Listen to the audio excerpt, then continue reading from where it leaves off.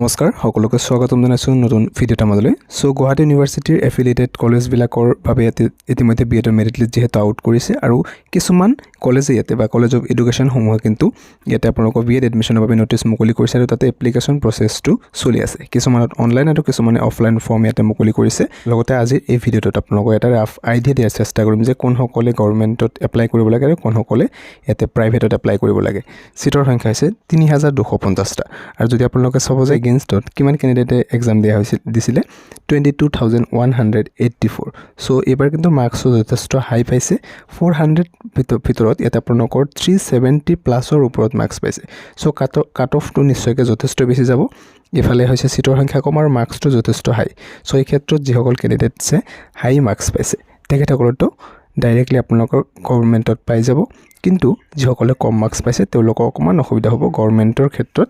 So এই ক্ষেত্ৰত যদি আপুনি জেনেৰেল কেটেগৰীৰ পৰা হয় তেনেহ'লে আপোনালোকৰ যদিহে ধৰক 300+ মাৰ্কছ আছে তেনেহ'লে আপোনালোকে গভৰ্ণমেণ্টত এপ্লাই কৰিব আৰু তাৰ তলত যদি আছে সেই ক্ষেত্ৰত গভৰ্ণমেণ্টত অকণমান চান্সটো কম থকা যেন লাগে।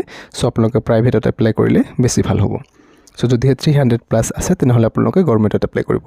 আৰু যদিহে আপুনি কোনো ৰিজাৰ্ভ কেটেগৰীৰ পৰা বিলং কৰে তেনেহ'লে আপোনাৰ যদি ছাপ'জ 250 নাইবা 260 আৰু 270+ যদি আছে তেনেহ'লে আপোনালোকে গভৰ্ণমেণ্টত নিশ্চয়কৈ এপ্লাই কৰিব আৰু চান্সটো আপোনালোকৰ থাকিব। আৰু যিসকলৰ এই মাৰ্কছত ইয়াতকৈ কম আছে তেখেতসকলে মই ভাবোঁ যে গভৰ্ণমেণ্টতকৈ প্ৰাইভেটত এপ্লাই কৰাটো বেছি ভাল হ'ব।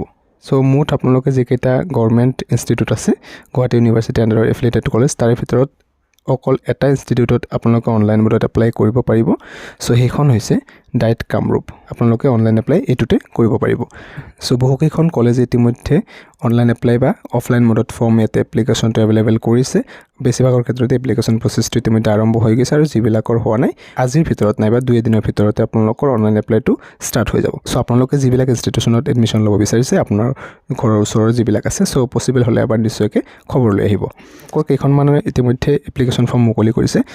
যেনেকুৱা ধৰক আপোনালোকে কলেজ অফ এডুকেশ্যন মৰিগাঁও যিখন আছে এইখন আপোনালোকে অনলাইন মোডত এপ্লাই কৰিব পাৰিব। ষ্টাৰ্ট হৈ গৈছে ইতিমধ্যে। তাৰপিছত আছে Nazir Ahmed memorial college of education যিখন হোজাইত আছে এইখনত আপোনালোকে অনলাইন মোডত কৰিব পাৰিব। দক্ষিণ গুৱাহাটী বিএড কলেজ এইখনতো অনলাইন মোডত কৰিব পাৰিব। নেক্সট আছে বাইহাটা চাৰিআলি বিএড কলেজ এইখনতো আপোনালোকে অনলাইনত এপ্লাই কৰিব পাৰিব।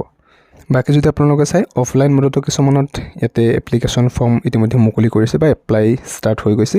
যেনেকুৱা SDP college of education Tihu এই ক্ষেত্ৰত আপোনালোকৰ এপ্লিকেশ্যন ফৰ্ম ইতিমধ্যে দি আছে। যদি আপোনালোকে ল'ব বিচাৰিছে ইয়াতো এপ্লাই কৰিব পাৰিব। চ' ধুবুৰী PGTT কলেজ ইয়াতো ইতিমধ্যে এপ্লিকেশ্যনটো আৰম্ভ হৈ গৈছে। Doctor Anita Barua college of education ইয়াতো ষ্টাৰ্ট হৈ গৈছে। নেশ্যনেল কলেজ অফ এডুকেশ্যন ইয়াতো আজিৰ পৰা আৰম্ভ হৈ গৈছে এপ্লিকেশ্যন প্ৰচেছটো। চ' এইকেইখনৰ ভিতৰত যদি আপুনি এডমিশ্যন ল'ব বিচাৰিছে নিশ্চয়কৈ গৈ এপ্লাই কৰিব পাৰিব। আৰু আপোনালোকৰ ঘৰৰ ওচৰত যিবিলাক ইনষ্টিটিউট আছে আপোনালোকে এডমিশ্যন যদি ল'ব বিচাৰিছে সেইবিলাকত আপোনালোকে নিশ্চয়কৈ এবাৰ গৈ খবৰ লৈ আহিব যে এডমিশ্যন ষ্টাৰ্ট হৈছে নে কেতিয়াৰ পৰা হ'ব। চ' সম্ভৱতঃ 2 এদিনৰ ভিতৰতে নিশ্চয়কৈ এপ্লিকেশ্যন প্ৰচেছটো আৰম্ভ হৈ যাব। আজিৰ ভিডিঅ'টো ইমানেই আছিলে। পুনৰ লগ পাম নতুন ভিডিঅ'টাৰ মাজলৈ। ভাল পালে নিশ্চয়কৈ লাইক এটা কৰি ৰাখিব।